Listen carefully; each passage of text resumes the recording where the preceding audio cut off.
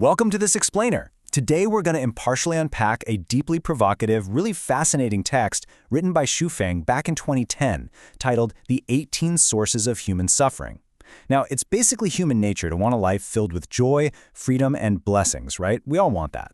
Yet when we look around the world, and honestly, sometimes when we just look in the mirror, we see people totally bogged down by anxiety, exhaustion, and pain. So in this explainer, we're going to dive deep into the author's highly unconventional perspective on exactly why that happens. We'll map out the 18 specific pitfalls that, according to the text, trap us in a cycle of suffering, and we'll see how a major shift in perspective might just be the key to escaping it all. The author hooks us right from the start with this incredibly direct, almost jarring question: what in hell causes the pain in life? I mean, it's a question we've probably all asked ourselves after a really long, exhausting week. The premise here is that a joyful life should actually be our default state. So if we're experiencing daily troubles and a heavy heart instead, well, something has gone fundamentally wrong. Let's analyze these pain points together and see if we can identify the true culprits behind our everyday misery.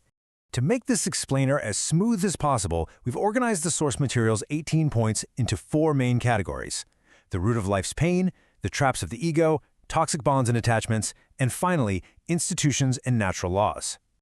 Let's kick things off with Section 1, the root of life's pain.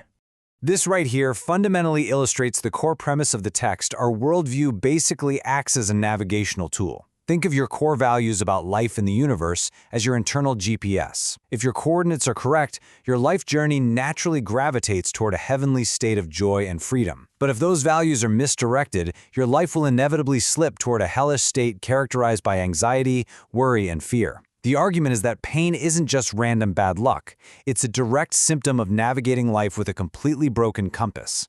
And the author uses some really striking cultural metaphors to show us what that broken compass actually looks like. Take this common saying: people die for money and birds die for food. Adopting a cynical, hyper-materialistic mindset like this as your guiding principle basically guarantees your life journey is going to be filled with pain. By insisting on values that prioritize fleeting gains over deeper meaning, we are actively inviting suffering right through our front door. We also see specific flawed perceptions of existence acting as massive roadblocks here. Limiting your worldview is said to cause immense pain.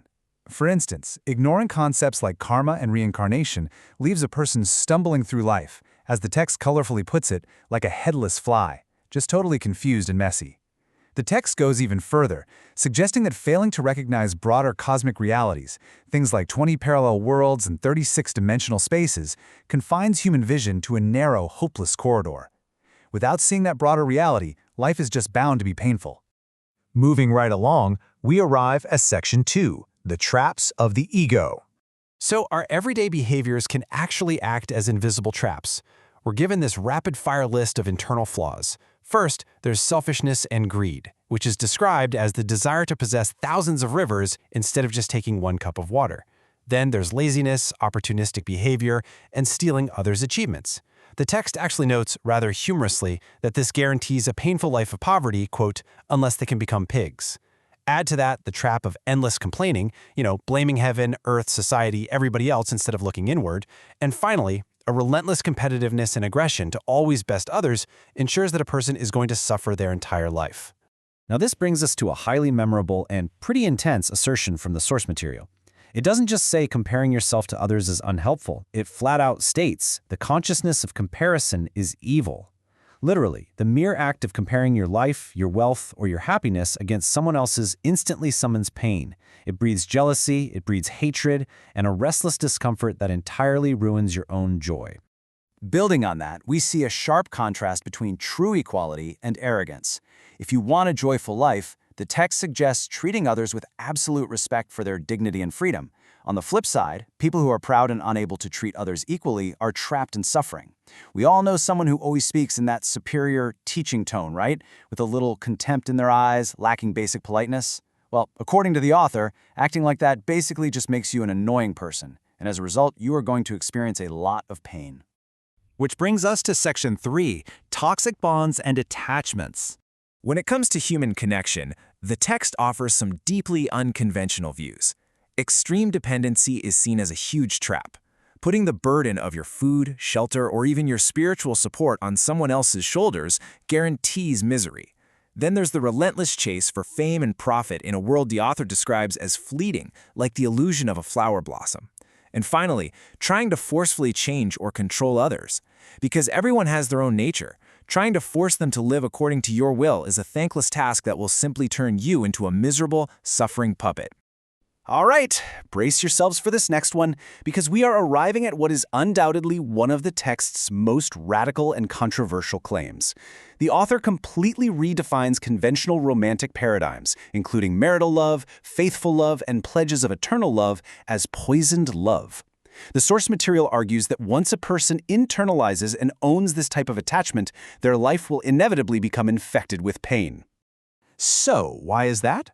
Well, it all comes down to an escalating cycle of physical and emotional possession. It's laid out as a three-step trap. First, you have to expend immense energy and heart just to own the thing or the person. Step 2, once you finally have it, you have to constantly wring your brains to maintain it. And step 3, to keep occupying it long-term, you inevitably resort to cheating, fighting, and life-or-death struggles against others. Logically speaking, how could a life lived in this constant state of defensive occupation be anything but painful? Finally, let's zoom out for Section 4, Institutions and Natural Laws. So there is said to be a way of nature, an original intention of the greatest creator that simply must be respected. If you live smoothly along this path, you avoid suffering. But if you suppress your natural instincts, or if you try to resist nature by, say, trying to attain supernatural powers or special abilities, you're engaging in a painful, completely futile act of resistance. The text compares this directly to hurling eggs against stones.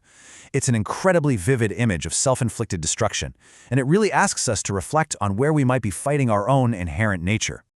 Interestingly, while we've seen a massive challenge to social norms throughout this text, there is a very firm argument here for the necessity of government law.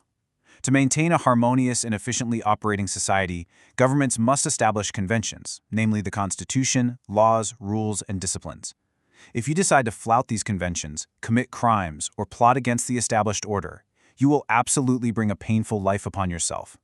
But then we're hit with this ultimate bombshell assertion regarding human organizations. Quote, once people enter into the programs of marriage, family, nation, political parties, religions, and organizations, their lives will definitely suffer. This right here perfectly encapsulates the radical worldview at play. The idea is that integrating into the very foundational structures of human society, the exact things we usually think give us meaning and community, is actually a primary, inescapable source of profound human suffering. Based on the radical concepts we've explored today, we're left to ponder this final, highly provocative question. Are the societal systems, the emotional attachments, and the values you hold most dear actually helping you? Or are they secretly the root source of your daily pain? It's a challenging perspective, for sure, and it forces us to re-examine our internal GPS. Thank you so much for joining me on this explainer. Until next time, take a hard look at your own compass and ask yourself, where is it really taking you?